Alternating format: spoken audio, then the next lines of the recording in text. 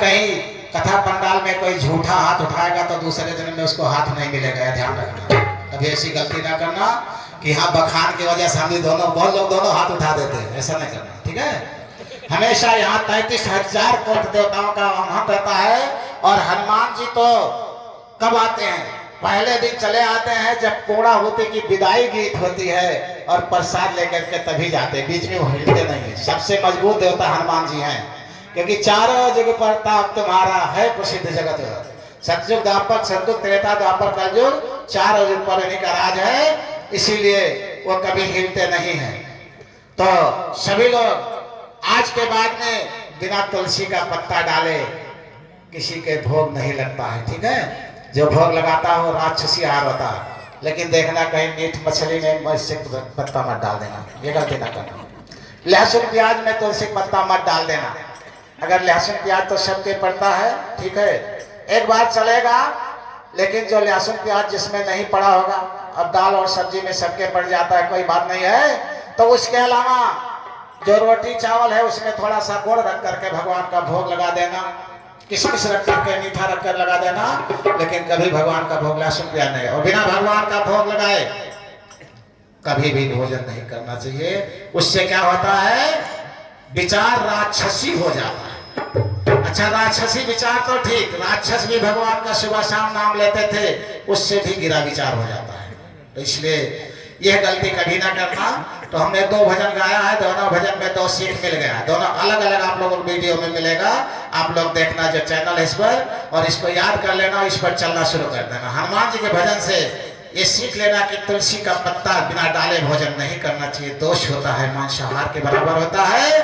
और नारी के चरित्र के बारे में जो हमने बताया है उस पर चलना सीख लेना, तो हम लोगों का यज्ञ करना धन्य हो जाएगा, धन्य हो जाएगा, हम लोगों को सफल होगा, सारी मेहनत सफल हो जाएगी, हमारी यज्ञ पूर्ण वही मानी जाएगी।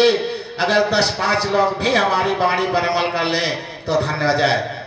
आज हम कुछ बताना चाहते थे सुंदरकांड के बारे में, क्योंकि इस गांव में सुंदरकांड होता है। कितने लोग हैं जिनको सुंदरकांड याद है?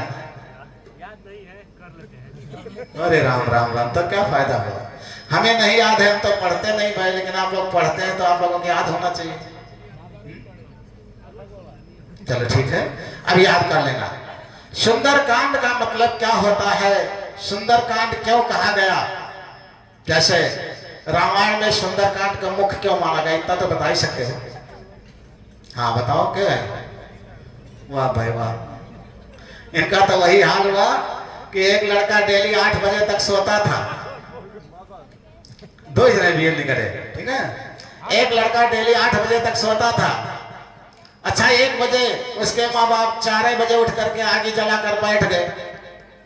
अब वो जब निकला सुबह 4 बजे, बहुत तेज लक्षका लगी थी, निकल कर दौड़ा, तो उसके माँ बाप खुश हुए, वाह बेटा आज 4 बजे है, तो जाए सोई थे, तो 4 बजे उसके उठे बैठे तो नहीं पगल में। तो हम समझे कोई बताने आ रहा है कि सुंदरकांड का नाम सुंदरकांड क्यों पड़ा। ये आज आप लोगों के जीवन का एक कांड है, ये जो हो रहा है ये आप लोगों के जीवन का एक कांड है, ये जिंदगी का सुंदर कांड है। तो जैसे उस जीवन में जब रामायण लिखा गया था तो उसका नाम सुंदर कांड पड़ा था, तो ये 11 दिन का आप लोगों के जीवन का नाम जब सुंदर कांड बन जाए तो समझो कोई संत आया था, और अगर नहीं बना तो समझो या तो आप लोगों ने हमारी बातों पर अमल नहीं किया, या तो मैं संत नहीं, दोनों एक है। अगर आप लोगों ने हमारी बातों को अमल करेंगे तो ये जिंदगी में 11 दिन का एक नया कांड बन जाएगा, जो ये सुंदर कांड कहा जाएगा। 11 दिन का जीवन, तो समझो आप लोगों ने यज्ञ का लाभ पाया। अगर नहीं पाया तो भजन सुनाओ, बाबा भजन सुना दो, बाबा भजन सुना दो, बस भजन है, भजन भजन रह जाओ, जीवन भर तो भजन गाते हो। तो भजन का समय जो है 5 बजे से 6 बजे तक है। 5 और 6 के बाद में कोई भजन नहीं होगी, ठीक है। जिसको भजन गाना हो वो 4 बजे से 5 बजे तक गाएं। 5 बजे के बाद हमारे वादक लोगों का और हमारे भोला बाबा भजन होगी, आराम से सुने। 1 घंटा आप लोगों को भजन के लिए देते हैं मौका। 4 बजे से 5 बजे तक खूब भजन गाओ, और जो चाहे उनके भजन हम नेट पर भी नोट कर देंगे। जो कहेंगे हमारी नेट पर नोट कर तो कर देंगे, नहीं कहेंगे तो नहीं करेंगे। तो आज हम आप लोगों को बताएंगे कि सुंदरकांड का नाम सुंदरकांड क्यों पड़ा। काफी लोग तो कह देंगे सुंदर नाम पत्थर का था, पर्वत का था, पहाड़ का था, उसी पर हनुमान जी चढ़ करके तब उछाल लगाए थे, अमोघ स्पीड में चले थे। लेकिन इसके साथ साथ और घटना हुई है जिसके वजह से इसका नाम सुंदर कांड पड़ा है।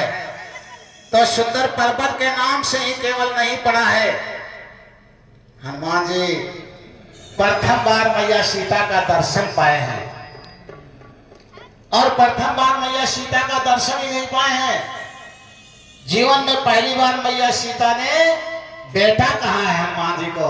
सभी लोग ताली बजाए थे तेजी से कि हनुमान जी इस बात पर इतना खुश हुए हैं जितना जीवन में कभी नहीं खुश हुए जब मैया सीता ने बेटा कहा।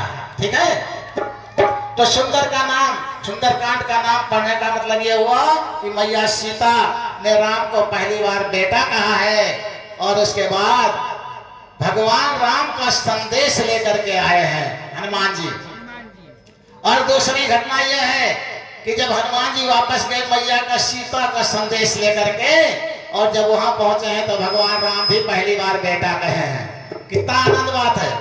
ये सुंदरकांड एक ही से नहीं होता है, इसीलिए आप लोगों को 11 दिन में सुंदरकांड बनाने कहते हैं। इस जीवन को कैसे बनाएंगे उसको भी मैं बताऊंगा, भजन तो नहीं गाऊंगा लेकिन बताऊंगा। इस जीवन को सुंदरकांड बना ले जाओ, 11 दिन का कांड बना ले जाओ, ये सुंदर हो जाएगा। तो भगवान राम हनुमान जी का बेटा पहली बार कहा है और भगवान सीता का संदेश पहली बार भगवान राम के पास ले गए हनुमान जी। इतने नहीं सुंदरकांड में हुआ है, सुंदरकांड में और कुछ हुआ। क्या हुआ है? पहली बार हनुमान जी का और विभीषण का मिलन हुआ है। ये संभव है। अगर भगवान के भक्त का मिलन हो जाए तो भगवान अगर तुम्हारे यहाँ भक्त भेज दिए हैं तो विभीषण बन करके सभी लोग भगवान को पा सकते हो। अगर विभीषण नहीं बनोगे तो नहीं पाओगे। जब हम कहते हैं मौन व्रत रहा तो और बतलाना शुरू कर देते सब, तो कैसे पाओगे? तो पहली बार हनुमान जी का और विभीषण का मिलन हुआ है, इसलिए सुंदरकांड नाम पढ़ा। इसीलिए सुंदरकांड नाम नहीं पढ़ा है, और कारण है। क्या है? सुंदरकांड नाम पढ़ने का एक कारण और है कि विभीषण भी राम के पास पहुंच गए हैं, इसलिए इस पाठ का नाम सुंदरकांड पड़ा है। इतना नहीं है, विभीषण को राज तिलक भी मिला है, लंकेश भी कहे गए, नामकरण हुआ गया विभीषण का, लंका के राजा बना दिए गए। तो जो भगवान के भक्त होते हैं उनकी सारी कामनाएं पूरी हो जाती है सुंदरकांड में। तो जिस गांव में यज्ञ होता है उस गांव में अगर कोई भगवान का भक्त होगा तो उसकी कामना पूरी होने में शंका नहीं है, इसमें कोई शंका नहीं है। और जितने लोग यहाँ बैठे हो सभी भगवान के भक्त ही बैठे हो। वैसे शांतानंद बाबा कह देते प्रसाद लेने आए हैं सब लोग, लेकिन प्रसाद लेने अब आएंगे जो आएंगे। ठीक है, अभी प्रसाद का समय हुआ नहीं, तो अभी तो भगवान की भक्ति सुनने आए हैं। अभी जितने लोग बैठे हो सब भगवान के भक्त ही हो। अगर आपकी कामना नहीं पूरी होती है तो समझो आप भगवान के भक्त नहीं। इससे अच्छा सुंदरकांड दुनिया में नहीं हो सकता है। और अगर इससे अच्छा और कोई कांड होता तो ये जो बाबा बैठा वही कांड करता, ये कांड ना करता जो कर रहा है। क्योंकि मैंने इस जीवन को प्रभु के चरणों में, मैया महाकाली के चरणों में रो रो हर श्वास श्वास समर्पित करके तो यहाँ बैठे हैं। ये जो हो रहा है ये मेरा देन नहीं है, ये हमारे माता पिता और सदगुरु का आशीर्वाद है जो ये हो रहा है। और मैया माँ काली का तो विशेष आशीर्वाद है। तो इसलिए ये जो कुछ हो रहा है सबके कल्याण के लिए हो रहा है, हमारे लिए कुछ नहीं हो रहा। हमारा जो होना था हो गया, अब कुछ होने नहीं है। अब क्या होगा मेरा बताओ? लेकिन सबका हो जाए, यही मेरा जीव कहता है, मेरी आत्मा कहती है कि सभी लोग इस जिंदगी को सुंदर कांड बना लो। अब सुंदर कांड बनाने के लिए हनुमान बनना पड़ेगा। अगर हनुमान नहीं बनोगे तो सुंदरकांड का लाभ नहीं पाओगे। सुंदरकांड का फल कौन पाया है? हनुमान जी पाए हैं। आज उस गुणगान को गाते हो तो कौन खुश होता है? हनुमान जी खुश होते हैं। सुंदरकांड क्यों पढ़ते हो? हनुमान जी को पसंद करने के लिए पढ़ते हो। तो हनुमान जी बनने के लिए क्या करना पड़ेगा? सुंदरकांड में सबसे बुजुर्ग कौन था? जामवंत था। जामवंत का आदर सब करते थे ना, जितने राक्षसी सेना थी, बानरी सेना थी, मानवी सेना सब जामवंत की आदर करती थी, तो हनुमान जी बनने के लिए घर में बुजुर्गों का आदर करना पड़ेगा। जिस घर में बुजुर्गों का आदर नहीं होगा, उसका चाहे जितना सुंदरकांड पढ़ो, चाहे पूरा रामायण पढ़ जाओ, चाहे घोल करके रामायण पी लो, कोई फायदा नहीं। तो उसके जीवन में ये सुंदरकांड हो नहीं सकता है। ये 11 दिन भी उसका बेकार हो जाएगा। इसीलिए भजन गाओ चाहे ना गाओ, भजन तो जीवन भर गाना है। ये 11 दिन नहीं गाओगे चलेगा, लेकिन इस जीवन का सुंदरकांड 11 दिन का सभी लोग बना लो। तो आज के बाद में सभी लोग ये संकल्प कर लो कि जो हमारे घर में नहीं, हमारे पड़ोस में भी कोई बुढ़ा बुजुर्ग है, उसको हम भगवान मानकर उसकी सेवा करेंगे। अगर पड़ोसी का अगर थोड़ी देर में चाय बनता है तो बगल वाले उसको चाय पिलाएंगे। पड़ोसी के घर कोई अच्छी चीज बनता है तो पहले उस बुढ़े को खिला करके तब खाएंगे। उसके घर में सुंदरकांड होगा। सुंदरकांड पढ़ने मात्र से सुंदरकांड नहीं होगा, क्योंकि सारी सेना तैयार हो गई थी। कहाँ के लिए? सीता जी का पता लगाने के लिए। और जब पता लगाने सारी सेना तैयार हो गई तो जो लोग पढ़ते सब जानते ही हैं। कोई कहा कि हम जाएंगे तो लौट कर नहीं आएंगे, कोई कहा हम आधे तक जा पाएंगे, कोई कहा हम पहुंच ही नहीं पाएंगे। तो जामवंत ने ही सलाह दिया हनुमान जी को कि का चुप साध रहा हनुमाना, ठीक है। तो इसीलिए जिसके घर में बुजुर्गों का आदर नहीं होगा, बुढ़ों की सेवा नहीं होगी, उस घर में चाहे जितना पूजा पाठ होगा, चाहे जितना सुंदरकांड होगा, चाहे जितना रामायण होगा, सब व्यर्थ हो जाएगा। इसलिए घर घर में बुढ़ों की जरूरत है। आज एक छोटी सी कहानी है, सत्य घटना, हमारे जौनपुर की घटना है। एक जो है दादाजी गए अपने बाल को कलर करा करके पेंट करा कर चले आए। उनका इतना बड़ा पोता था, वो देखा था दादाजी तो बहुत निक लगता है, काला कराए पे। वो गया अपना बाल को सफेद करा कर चला है। तो ये क्या कर रहे हैं? कहीं आपने क्या किया? तो हमने काला कराया, तो हमने सफेद कराया। कहीं ये क्यों? कहीं जब तुम शौक श्रृंगार कर रहे हो तो हम ही वैसे रहेंगे। जब तुम ही शौक श्रृंगार करोगे तो हमें क्या जरूरत करने को? तो इसी तरह से अगर कुछ सीख लेना है तो हमारे देश के बुढ़े, हमारे देश के विद्यालय नहीं, शिक्षालय नहीं, वो धर्मशाला है। उनके पास बैठ करके हम धर्म पर चल सकते हैं, उनका आदर करके हम धर्म पर चल सकते हैं। तो आज हनुमान जी को जामवंत ने सलाह दिया। क्या सलाह दिया? कि आप ही उस लायक हो, आप ही बलवान हो, आपके द्वारा ही जो है मैया सीता का पता लग सकता है। बाकी किसी के बस की बात नहीं है सीता का पता लगाने को। अब हनुमान जी ने जब सुना, क्या सुना? जामवंत के वचन सुहाए, सुने हनुमंत हृदय निभाए। सुहाए सुने हनुमंत हृदय निभाए। जामवंत के वचन सुहाए, सुने हनुमंत हृदय निभाए। जामवंत के वचन सुहाए, सुने हनुमंत हृदय निभाए। अब लग मोहि पर क्यों तुम भाई, सही दुख कंद मोल फल खाई। तब लगी मोहि पर क्यों तुम भाई, सही दुख कंद मोल फल खाई। जब लग आवो सीता देखी, हुई है काज मोहि हरस विशेषी। जब लगी आवो सीता देखी, हुई है काज मोहि हरस विशेषी। कहे नाय सखिन कहु माता, चलो हरस ही घर रघुनाथा। यह कही नाय सबई कहे माता, चलो हरस ही घर रघुनाथा। एक बार बोलो हनुमंत लाला की जय। अब जामवंत ने सलाह दिया। अब हनुमान जी तैयार हुए तो कैसे तैयार हुए? कह रहे मैं जा रहा हूं, पूरी राक्षसी सेना को उठा करके समुद्र में फेंक देंगे, रावण का वध करके और मैया सीता को लेकर के आऊंगा। या अगर तुम लोग कहो तो मैं पूरे लंका को ही उठा करके समुद्र में फेंक करके और सीता जी को लेकर के आ जाए। उस वक्त जामवंत ने सलाह दिया कि हनुमान आप चुपके से जाइए और मैया सीता को देख करके उनका सुख दुख पूछ करके चुपके से चले आइए। अगर वही बुढ़ा ना होता तो हनुमान जी सारा रामायण खत्म कर देते और एक ही बार जाते और पूरा सफा करके और चले आते वापस। तो किस ताकत से कहे थे हनुमान जी, आज सभी लोग ध्यान से सुनेंगे। क्या नाम है बेटा? वाह रे बेटा वाह। फिर से बोलो। क्या नाम है? महिमा। महिमा। देखो सभी लोग तेजी से ताली बजाए। महिमा की तरफ से 20 रुपए मैया के चरणों में समर्पित हुआ। हनुमान जी लंका जा रहे, इस खुशी में महिमा ने जो है 20 रुपए दिया। देखो बच्चे को कितना खुशी है। तो हनुमान जी ने जब इस तरह तैयार हो गए कि मैं जा रहा हूँ, सीता जी को लेकर आएंगे, पूरे लंका को समुद्र में फेंक देंगे, तो यहाँ वही बात याद आती है। कब?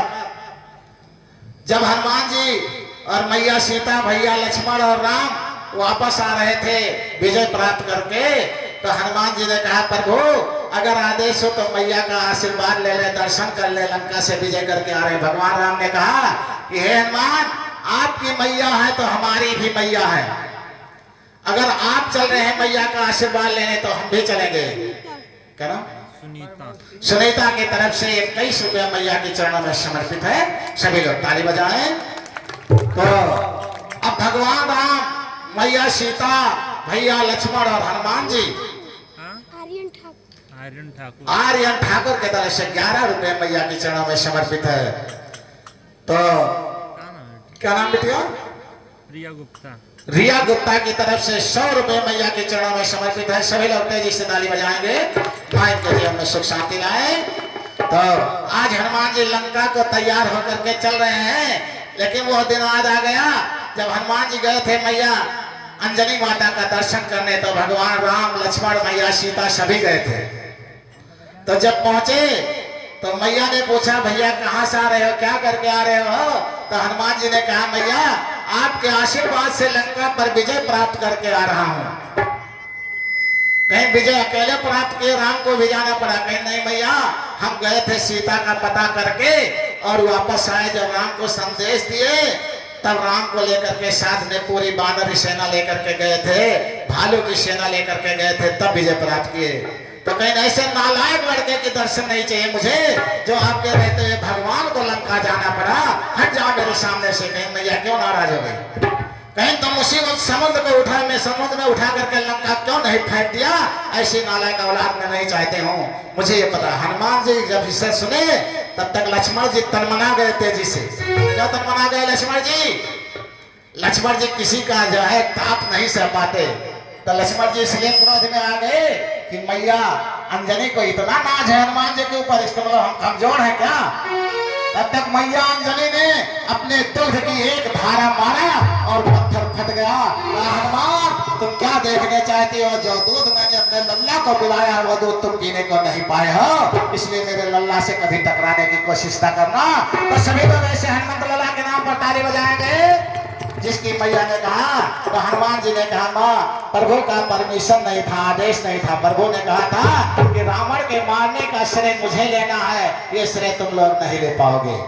तो अगर जामवंत हनुमान को मना ना करता, जामवंत हनुमान को मना ना करता तो क्या होता? वो तो सीता जी को लेकर चले आते, सारी कहानी खत्म हो जाती। इसीलिए जब बुढ़ा था तो घर का बुढ़ा ने जब उचित सलाह दिया तभी जो है पूरा कहानी बढ़ पाया। इसीलिए जिस गांव में बुढ़े होंगे, अगर गांव में 2-4 बुढ़े हैं तो पूरे गांव की जिम्मेदारी होती है उन बुढ़ों की सेवा करना, केवल एक घर की जिम्मेदारी नहीं होती है। अगर गांव का बुढ़ा कहीं जाकर के कह दिया भैया मेरे परिवार मेरा सेवा नहीं करते हैं, उस गांव का नाक सुनखा की तरह कट गया, समझ लो। ये सब गांव की, संपूर्ण गांव की जिम्मेदारी है। टाइम हो गया? अच्छा टाइम हो गया है। तो आज हनुमान जी क्या करेंगे?